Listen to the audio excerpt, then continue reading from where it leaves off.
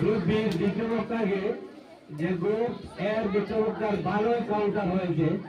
তো এবারে আমি অনুরোধ করছি গ্রুপ এর টিম লিডার আবু সালমানকে তার মূল্যবান উপস্থাপন করার জন্য যুদ্ধ পিতামাতার প্রতি দায়িত্ব পালনে অবহেলার মূল কারণ সন্তানের মানসিকতা এই প্রস্তাবের সমাপ্ত করা যায়।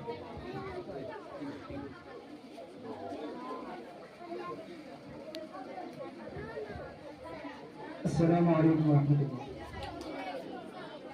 স্বামী ছিল, ছেলে ছিল, আজ কেহ নাই, ঘর ছিল, বাড়ি ছিল, আজ নেই ঠাই। তবু ফোকা সুখী হোক প্রার্থনা আমার, সাথী হয়ে থেকো প্রভু আমার ফোকা। চরম অবহেলা এবং বঞ্চনার শিকার হওয়ার পর আজ বৃদ্ধাশ্রমে বসবাসরত শত শত মায়েরা নিজের সন্তানের জন্য প্রার্থনা করে। মাননীয় সভাপতি, বিজ্ঞ প্রতিপক্ষ, উপস্থিত সবাইকে সাদর সম্ভাষণ জানিয়ে বিতর্ক চলছে।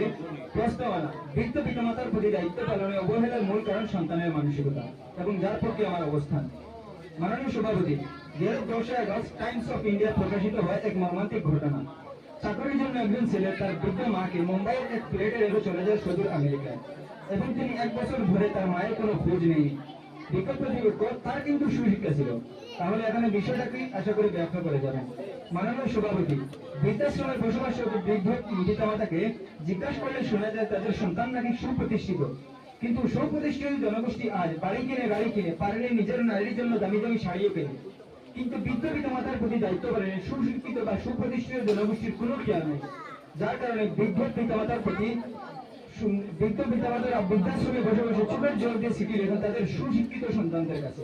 তাই আমরা বলি, বৃদ্ধ পিতামাতার প্রতি দায়িত্ব পালনে সুশিক্ষা নয়, বরং সন্তানের মানসিকতা অধিক প্রয়োজন।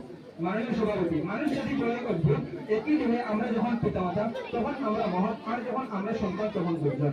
নিজের প্রিয়তমাকে ফোন করে বলি, তোমার হাতে আমার জীবন ন্যস্ত। আর অসুস্থ মা যখন 1000 বার ফোন করেন তখন তিনি উত্তরে পান, আপনার সন্তানের ফোন এখন ব্যস্ত।